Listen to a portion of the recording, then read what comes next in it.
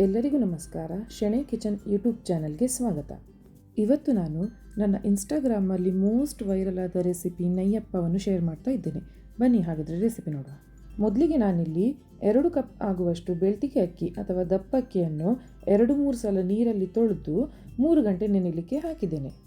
ಈಗ ಬೆಲ್ಲದ ಪಾಕ ಮಾಡಲಿಕ್ಕೆ ಒಂದು ದಪ್ಪ ತಳದ ಪಾತ್ರೆಯನ್ನು ಗ್ಯಾಸ್ ಮೇಲೆ ಇಟ್ಟು ಅದಕ್ಕೆ 1 ಕಪ್ ನೀರು ಹಾಕ್ತಾ ಇದ್ದೇನೆ.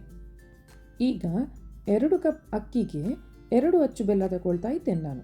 ನೀವು ಕಪ್ಪಲ್ಲಿ ಮೆಷರ್ಮೆಂಟ್ ಮಾಡೋದಾದರೆ 2 ಕಪ್ ಅಕ್ಕಿಗೆ 1.5ರಿಂದ 2 ಕಪ್ ಆಗುವಷ್ಟು ಬೆಲ್ಲ ಹಾಕ್ಬೋದು. ಬೆಲ್ಲ ನೀರಲ್ಲಿ ಕರಗಿದ್ರೆ ಸಾಕು, ಪಾಕ ಎಲ್ಲ ಮಾಡೋದು ಬೇಡ. ಈಗ ನೋಡಿ, ಬೆಲ್ಲ ಒಳ್ಳೆ ಕರಗಿದೆ.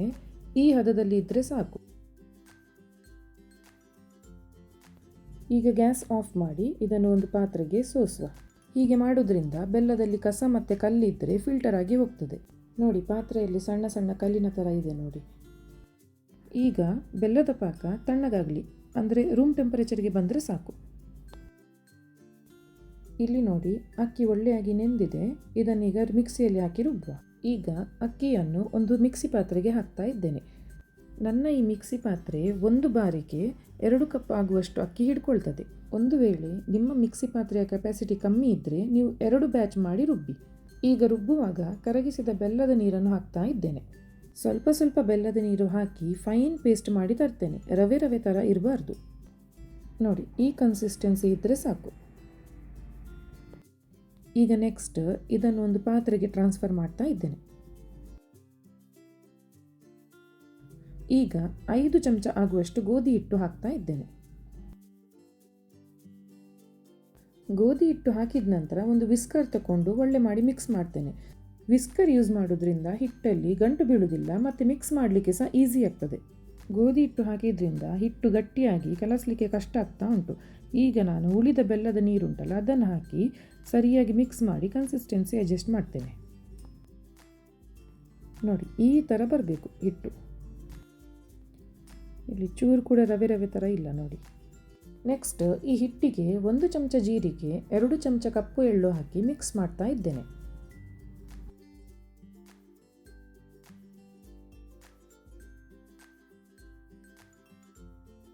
ಈಗ ಹಿಟ್ಟಿಗೆ 1/4 ಚಮಚ ಉಪ್ಪು, ಅರ್ಧ ಚಮಚ ಏಲಕ್ಕಿ ಹುಡಿ, 2 ಚಮಚ ತುಪ್ಪ ಹಾಕ್ತಾ ಇದ್ದೇನೆ. ತುಪ್ಪ ಹಾಕಿದ ನಂತರ ಒಂದು ಒಳ್ಳೆ ಮಿಕ್ಸ್ ಮಾಡಿ ಮುಚ್ಚಳ ಮುಚ್ಚಿಟ್ಟು 8 ಗಂಟೆ ಫೆರ್ಮೆಂಟ್ ಆಗಲಿಕ್ಕೆ ಇಡ್ತಾ ಇದ್ದೇನೆ.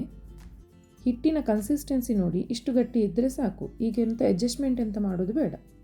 ಈಗ 8 ಗಂಟೆ ನಂತರ ಮುಚ್ಚಳ ತೆಗಿತಾ ಇದ್ದೇನೆ. ಹಿಟ್ಟು ಹೇಗೆ ಆಗಿದೆ ನೋಡಿ. ಹಿಟ್ಟು ತುಂಬ ಗಟ್ಟಿಯಾಗಿ ಬಂದಿದೆ. ಈಗ ಉಳಿದಿರುವ ಬೆಲ್ಲದ ಪಾಕ ಹಾಕಿ ಇದರ ಕನ್ಸಿಸ್ಟೆನ್ಸಿ ಅಡ್ಜಸ್ಟ್ ಮಾಡ್ತಾ ಇದ್ದೇನೆ.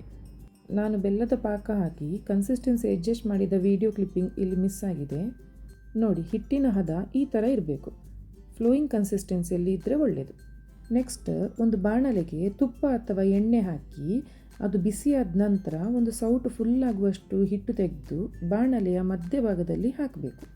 ಹಿಟ್ಟು ಹಾಕುವಾಗ ಫ್ಲೇಮ್ ಮೀಡಿಯಮ್ ಟು ಲೋ ಇರಲಿ.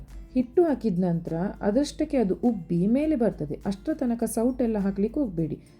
ಅದು ಉಬ್ಬಿದ ನಂತರ ಸೌಟಲ್ಲಿ ಅದರ ಮೇಲೆ ಎಣ್ಣೆ ಚಿಮಿಕ್ಸ್ತಾ ಬರಬೇಕು. ಆಗ ಮೇಲಿನ ಪೋರ್ಷನ್ಸ್ ಸರಿಯಾಗಿ ಫ್ರೈ ಆಗ್ತಾ ಬರ್ತದೆ. ಈಗ ನೀವು ನೋಡ್ಬೋದು, ಅದರ ಸುತ್ತ ಬ್ರೌನ್ ಆಗ್ತಾ ಬಂದಿದೆ ನೋಡಿ. ಆಗ ತಿರುವಿ ಹಾಕಬೇಕು ಅದನ್ನು.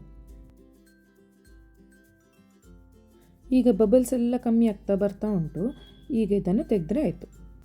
ಈಗ ಇನ್ನೊಂದು ಹಾಕ್ತಾ ಇದ್ದೇನೆ ನೋಡಿ. ಸೇಮ್ ಅದೇ ಥರ ಬಾಣಲೆಯ ಮಧ್ಯಭಾಗದಲ್ಲಿ ಹಾಕಿದರೆ ಆಯಿತು.